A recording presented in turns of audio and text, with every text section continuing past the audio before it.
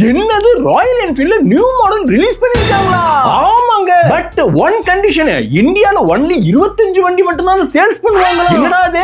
ஏதோ இந்த தைவான்ல இருக்கிற ரஃப் கிராஃப்ட் அப்படிங்கிற கம்பெனியோட நம்ம Royal Enfield energy shotgun 650 rough craft அப்படிங்கிற ஒரு புத்தம் புதிய வண்டியை இறக்கி இருக்காங்க. என்னது ஷாட்கன் 650? இது புத்தம் புது பைக்கா அப்படி நீங்க கேட்டீங்கன்னா அதுலதான் ஒரு ட்விஸ்ட். இன்ஜின்ல மாற்றமா, மைலேஜ் எதுவும் ஏறுமா?